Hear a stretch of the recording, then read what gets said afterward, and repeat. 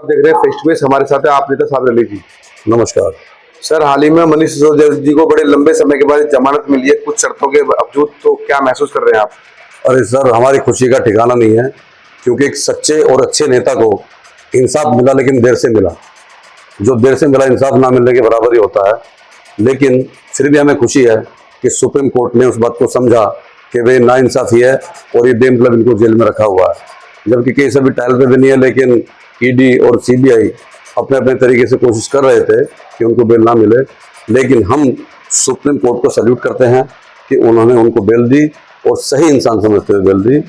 देखिए, मनीष सिसोदिया साहब की क्वालिटी है, एक तो वो टॉप टू बॉटम हर आदमी को पहचानते हैं, निचले स्तर पे भी और ऊपर के स्तर पे भी। दूसरी बात, एक बहुत ही ईमानदार नेता हैं, बहुत मेहनती हैं। आज जैसे युग में हर नेता जो सीट पर बैठता है वो सबसे पहले अपनी तिजोरी भरने के बारे में सोचता है, अपने बेनिफिट के बारे में सोचता है। लेकिन उन्होंने सीट पर बैठते ही जनता की भलाई के लिए काम करने शुरू किए और एक से एक बढ़ के कारनामा कर दिखाया। आप स्कूल देख लीजिए, हॉस्पिटल देख लीजिए, जो जो मंत्रालय उनके अंडर में थे वो भी और जो नहीं थे उस पर भी उन्होंने पूरा ध्यान दिया और पूरी ईमानदारी के साथ उन्होंने काम किया। ऐसे ईमानदार नेताओं की हमें सख्त जरूरत है और हम उनको बार बार सैल्यूट करते हैं कि मनीष सिसोदिया जैसे ईमानदार नेता हमारे देश में बहुत कम है। और जिस दिन 50% भी मनीष सिसोदिया जैसे नेता हमारे देश में हो जाएंगे, उस दिन आप देखने देश का भला होगा। उनके आने से हमारे दिल्ली का और हमारे यूपी, हर जगह हिंदुस्तान का हर कार्यकर्ता बेहद खुश है और हमें इस बात की खुशी है कि हमारे नेता हमारे बीच वापस आ गए। अब देखिएगा, जो व्यवस्था खराब थी वो धीरे धीरे सब ठीक हो जाएंगी। कुछ अफसरों ने उनके जेल जाने का नाजायज फायदा भी उठाया है, लोगों के काम नहीं किए, सुनते नहीं थे। लेकिन मुझे उम्मीद है कि उनके आने से अब सारा कुछ चेंज होगा और सारी व्यवस्था ठीक हो जाएंगी। और हमें उम्मीद है कि मनीष सिसोदिया जी हमारे बीच रहकर इसी तरह लोगों का, अपने देश का और अपनी राजधानी का भला करेंगे, मुझे पूरी उम्मीद है। सर, मेरा अगला सवाल है, बांग्लादेश में हिंदुओं को टारगेट जो किया जा रहा है वो बंद नहीं हो रहा है। बहुत इस तरीके से अर्थव्यवस्था गड़बड़ हो रखी है, शांति व्यवस्था भंग हो रखी है, क्या कहेंगे इस पर आप? देखिए, मैं एक ही बात कहूँगा कि वहाँ हमने सुना है इंसान इंसान को मार रहा है। ये कैलकुलेशन नहीं हो पा रही है कौन हिंदू को मार रहा है, कौन मुसलमान को मार रहा है। ये जो फेक वीडियो आ रही है इस पर आप ध्यान ना दें।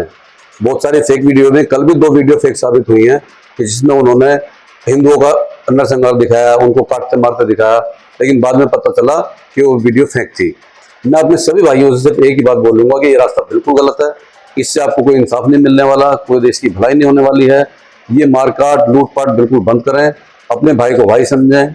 हिंदू मुस्लिम सब आपस में भाई भाई हैं, आपस में नाताफाकी न फैलाएं। मुझे एक बात का बहुत ज़्यादा दर्द हुआ है कि कल हमारे दिल्ली के कुछ नौजवान साथियों ने झुग्गी में घुसकर मारपीट की, ये बोल के कि बांग्लादेशियन को सालों को मारो, और उल्टी सीधी गालियां भी बहुत दी और मारा बहुत है उनको। ऐसा नहीं होना चाहिए। देखिए, आपको टैग देख के तो मारेंगे इनको, जब झुग्गी में तो हिंदू भी है, मुसलमान भी है, सभी हैं।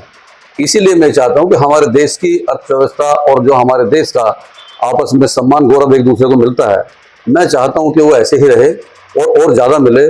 इस हिंदू मुस्लिम की भावना को बंद कीजिए और मेहरबानी करके इस तरह के व्यवहार को बिल्कुल फेंक दीजिए निकाल के। कोई भी नेता आपसे कुछ भी कहे, आपको ये साबित कर देना है कि हम ना हिंदू हैं ना मुसलमान हैं, हम सिर्फ भारतीय हैं और हमारा हिंदुस्तान है।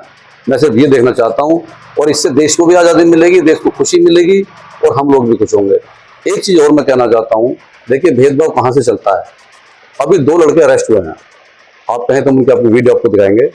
वो दोनों अपनी मुस्लिम आईडी बना करके और मुस्लिम पहचान बना करके उन्होंने राम मंदिर को उड़ाने की धमकी दी, योगी बाबा को उड़ाने की धमकी दी और एक स्थान पर और भी है जिसको मैं भूल रहा हूँ, 3 जगह उन्होंने उड़ाने की धमकी दी।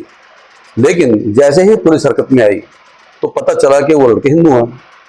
हिंदू का नाम सुनते ही योगी बाबा जी के बुलडोजर का डीजल खत्म हो गया। अगर वो मुस्लिम लड़के ही होते तो अब तक उनके रिश्तेदार के घर पे बुलडोजर चल चुका होता। लेकिन मैं यही सोच बदलना चाहता हूँ, योगी बाबा से भी हाथ जोड़ के विनम्रपूर्वक मेरी निवेदन है कि वो नाम देख करके फैसला ना करें, उसका काम देख के फैसला करें, उसने हरकत क्या की है। अब ये एक छोटी बात नहीं है कि उसने आपको उड़ाने की धमकी दे दी, रेलवे स्टेशन उड़ाने की धमकी दे दी, मंदिर को उड़ाने की धमकी दे दी, और जैसे ही जांच में पता लगा कि लड़के तो हिंदू हैं तो जांच को स्लो कर दिया गया। ऐसा नहीं होना चाहिए। ये हमारा आपका सबका देश है, तो सबके हित में आप काम कीजिए, सबकी भलाई के लिए काम कीजिए, देश भी आगे जाएगा और हम लोग भी आगे जाएंगे। इसी के साथ जय हिंद, खुदा हाफिज़, अस्सलाम वालेकुम।